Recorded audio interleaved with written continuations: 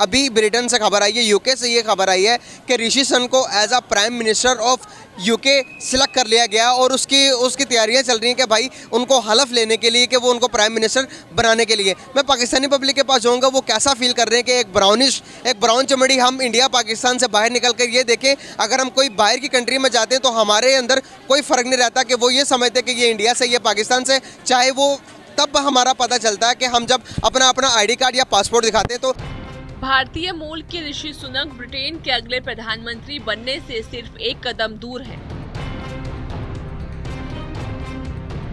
पांचवें राउंड की वोटिंग में सुनक को 137, जबकि फॉरेन सेक्रेटरी लिज ट्रस को 113 सांसदों के वोट मिले।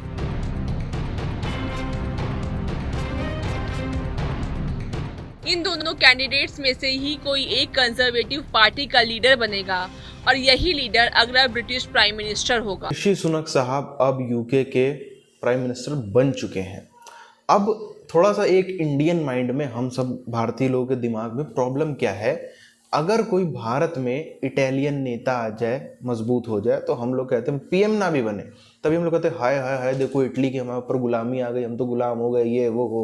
लेकिन यदि कोई हमारे मूल का व्यक्ति किसी और देश में जाकर प्राइम मिनिस्टर भी बने तो हम लोग क्या कहते हैं, अरे तो वो कुछ हमारे लिए थोड़ी ना कर देगा, वो तो वहीं के लिए करेगा, वो तो ब्रिटिश है, वो तो ये सीधी सी बात है, ब्रिटिश है। कोई इंडिया आपके घर में या हमारे सबके घर में आके 1-1 किलो सोना नहीं दे देगा। पर फर्क पड़ता है लोगों का। अगर अब इंडिया में देखो, कोई किसी नेता के जरा से ताने बने भी चाइना से हमको जुड़े हुए मिल जाए तो हम लोग को बोल देंगे हाय हाय देखो ये तो चाइना का एजेंट है, चाइना की हमारे ऊपर गुलामी आ गई, चाइना की पॉलिसी चल रही, चाइना का सब कुछ चल रहा है। और हमारा कोई व्यक्ति जा करके वहां पर प्राइम मिनिस्टर बन रहा है तो क्या इसका कोई इंपैक्ट नहीं पड़ेगा? ये दरअसल गलती किसी की नहीं, ये हमारे माइंड को, भारतीय माइंड को ट्रेंड ही हिसाब से किया गया है कि हर चीज में नेगेटिव ही देखना है। क्या कहना चाहेंगे कि एक गोरों ने जहां पर हम पर 100 साल हुकूमत की, ये कोई मैटर नहीं करता कि वो इंडिया से था या पाकिस्तान से था, लेकिन गोरों के ऊपर अब ब्राउन चमड़ी हुकूमत करने जा रही है। क्या कहना चाहेंगे कि इससे आपके ऊपर क्या इम्पैक्ट पड़ रहा है कि आप एज अ ब्राउनिस्ट क्या सोचते हैं कि बड़े सगीर में तो हम एक ही थे भाई, अब अलग हुए, तो क्या कहेंगे कि एक ब्राउनिस्ट हुकूमत कर रहा अब ब्रिटेन? इन दोनों कैंडिडेट्स में से ही कोई एक कंजर्वेटिव पार्टी का लीडर बनेगा और यही लीडर अगला ब्रिटिश प्राइम मिनिस्टर होगा।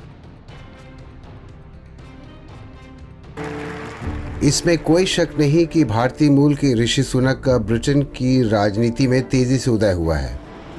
उन्होंने 2015 में पहली बार संसद का चुनाव जीता। केवल 7 वर्षों में वो आज प्रधानमंत्री बनने की दौड़ में शामिल हैं।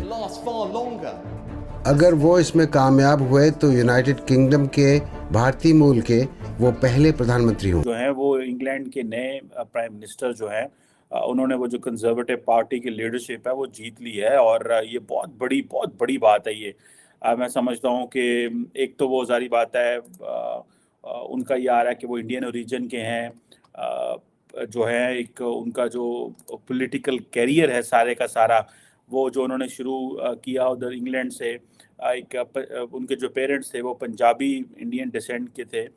ऋषि सुनक से पहले भी ब्रिटेन में दक्षिण एशियाई मूल के नेता बड़े पदों पर आए हैं। वो मंत्री भी बने हैं और मेयर भी, लेकिन प्रधानमंत्री के पद का दावेदार अब तक कोई नहीं हुआ है। राजनीतिक विश्लेषकों के अनुसार ऋषि का उदय एशियाई समुदायों की कामयाबी से जुड़ा है। उनका कहना है कि ब्रिटेन के समाज में विविधता भी ऋषि जैसे नेताओं के उदय का कारण बना है। ऋषि भारतीय मूल की तीसरी पीढ़ी हैं। उनके दादा दादी ने भारत के विभाजन से पहले ही पाकिस्तानी पंजाब के गुजरांवाला शहर से ईस्ट अफ्रीका के लिए पलायन किया था। वो बहुत सालों बाद इंग्लैंड के साउथम्पटन शहर आकर बस गए थे, जहां 1980 में ऋषि सुनक का जन्म हुआ। ब्रिटेन में कई लोगों में धारणा यह है कि ऋषि सुनक बहुत ही अमीर और पॉश हैं, जो आम लोगों और उनके बीच एक फासला पैदा करता है। बहुत बड़ी सक्सेस स्टोरी है ऋषि की और इसको सेलिब्रेट भी करना चाहिए, इससे जो है वो समझना भी चाहिए और इसको जो फ्यूचर में जो वहाँ पे लोग पॉलिटिक्स में इंटरेस्टेड हैं उनको इस पर ज़रूर देखना चाहिए। और उन्होंने अपनी इस एज में इस पैमाने पे ले जाना कि बरतानिया जैसा मुल्क उनको एम्ब्रेस करे, जहाँ पे इतनी बड़े पैमाने पे जो है जिन्होंने पूरी दुनिया में रूल किया है, एक किंग है।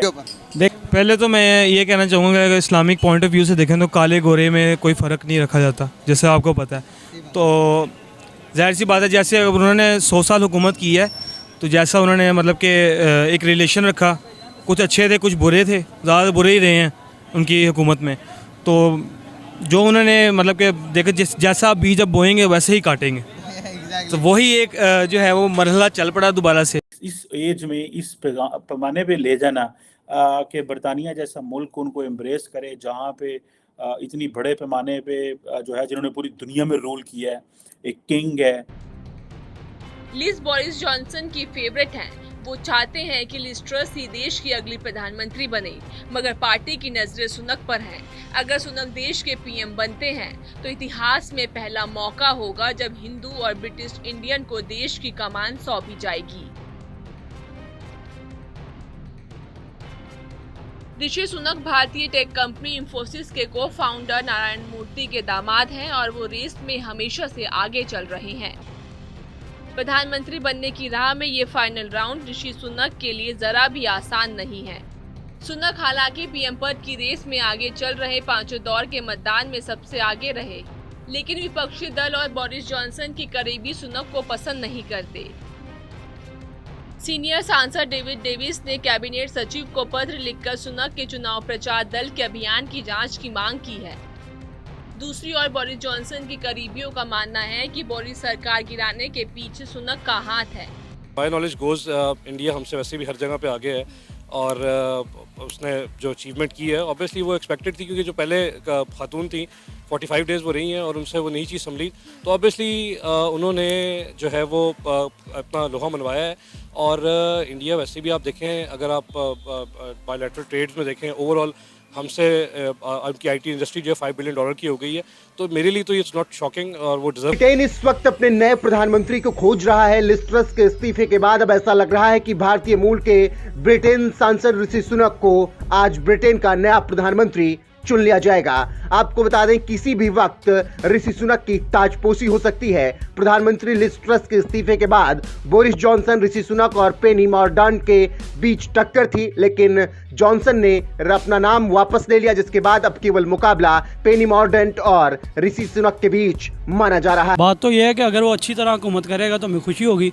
वो दुनिया के किसी भी रीजन में कोई भी एक अच्छा इंसान हुकूमत करेगा आके तो वो इंसानियत की खिदमत करेगा। तो अगर वो इंडिया से है या पाकिस्तान से है तो उसका इंसान होना पहले सबसे पहले बड़ा ज़रूरी है।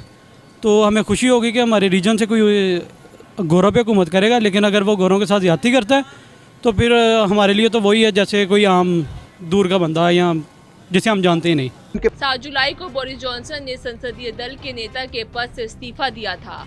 हालांकि वो अक्टूबर तक प्रधानमंत्री बने रहेंगे। सुनक ही अक्टूबर में बोरिस जॉनसन की जगह लेंगे।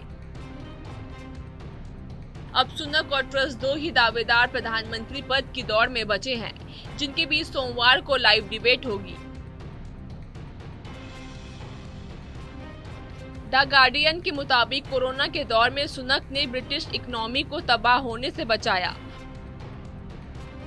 बहुत कम बोलने वाले और शांत मिजाज से सुनक फेवरेट जरूर हैं, लेकिन ट्रस भी पीछे नहीं है। नहीं, एक श्लोक जरूर सुना होगा, यथो राजा तथो प्रजा। जैसा राजा होता है, जैसा शासक होता है, या फिर जैसे उस देश में शासन करने वाले मुख्य लोग होते हैं, प्रजा भी धीरे धीरे उसी प्रकार की होने लग जाती है।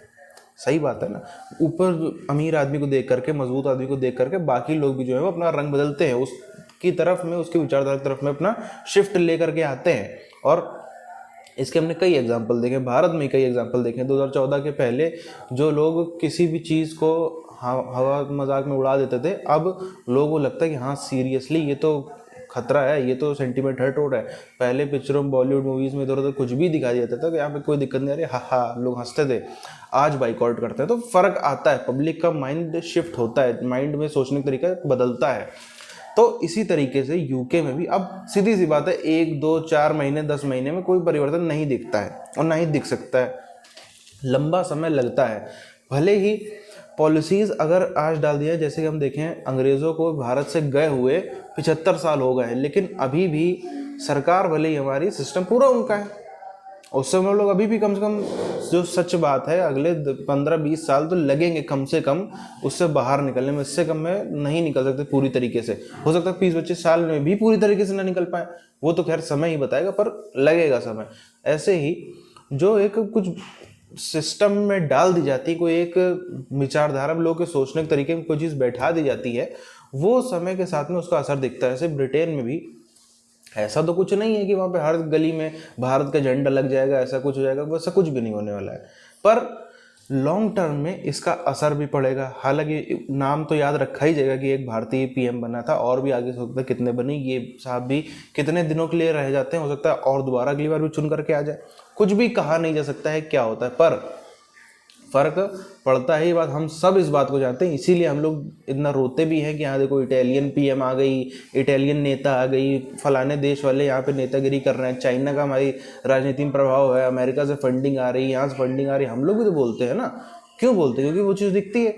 ऐसे ही वहाँ पर भी अभी भले ही तुरंत उसके रिजल्ट ना दिखें, पर दिखेंगे। वहाँ पे जिस तरीके से हमने देखा, कभी मंदिर तोड़े जा रहे हैं, कभी कुछ हो रहा है, अलग अलग चीज़ों में जो हटा दिया था, तो मुद्दा ऐसे हवा में उड़ा दिया था, संभवतः अब उनको इतनी लाइटली नहीं छोड़ा जाए और अब से स्ट्रिक्ट एक्शन होता हुआ नजर आए। एक तो वैसे भी इन सब चीज़ों को साइड में भी रख दें, तब भी फार राइट एलिमेंट जो है, फार राइट सोच, वो आ रही है यूके में, और काफ़ी हद तक आ चुकी है। उसके नतीजे हमको पिछली सरकारों में देखने को मिले, अब संभवतः और ज़्यादा देखने को मिलेंगे।